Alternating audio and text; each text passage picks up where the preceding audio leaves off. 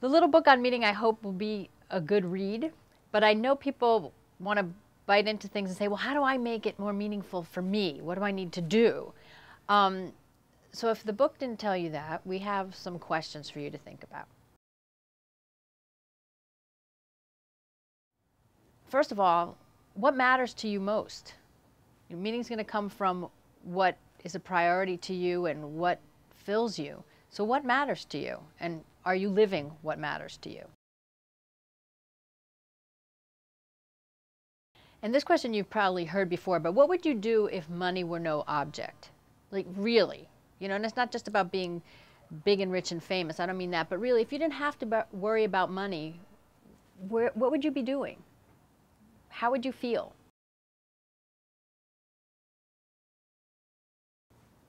What frustrates you the most? Sometimes the things that gall us are the things that also call us, in a way, to meaning. If something particularly gets your goat about society or about the workplace or about families, that may be a place where if you put action towards correcting that or minimizing a problem, you might find it really a meaningful endeavor.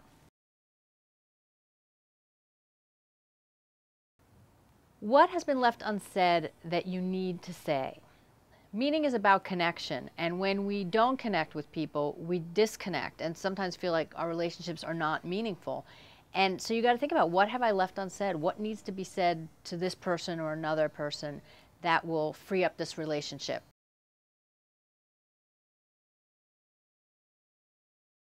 What do you do to protect yourself from being vulnerable? Again, if meaning's about connection, if you don't want to connect at a place of vulnerability, you're going to separate. You're going to protect yourself in a way that may actually be getting in the way of things and people that could be meaningful to you.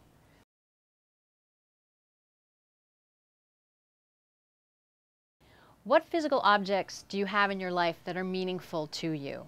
For example, a piece of jewelry that a grandparent left you, or something that you saved for, that you earned, that really means a lot to you. If you look at those possessions, not necessarily that possessions bring us meaning, but when they're meaningful, it's because we connect them to a time and a place or an effort or a growth period in our life.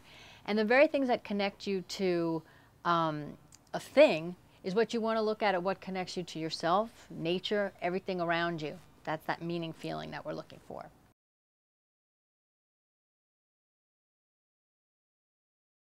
What parts of yourself do you need to reclaim? Whether it's a skill set or a way of being, like you used to be so funny and now you're not funny, or you used to love to paint and now you don't paint. If there's any part of you that's been left behind, you want to bring that into the present to connect, to find meaning.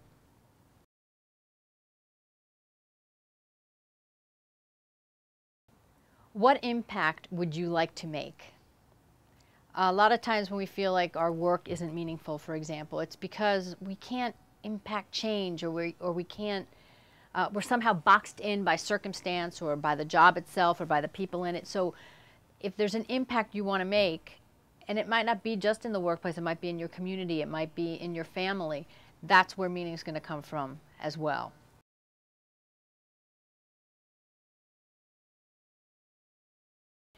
What is your self-concept? And also, what is your self-concept if no one was listening and you could just brag? Are they the same? Do they match up? And I ask that because sometimes we have one persona for the public and one way of being that is our own. And the more aligned they are, the more connected you're going to feel, the more meaningful the existence feels. So take those questions, ponder them, write them down, journal about them, see what comes up for you, even discuss them with friends. And they should help access places within you that need to come back alive to get that feeling of meaning.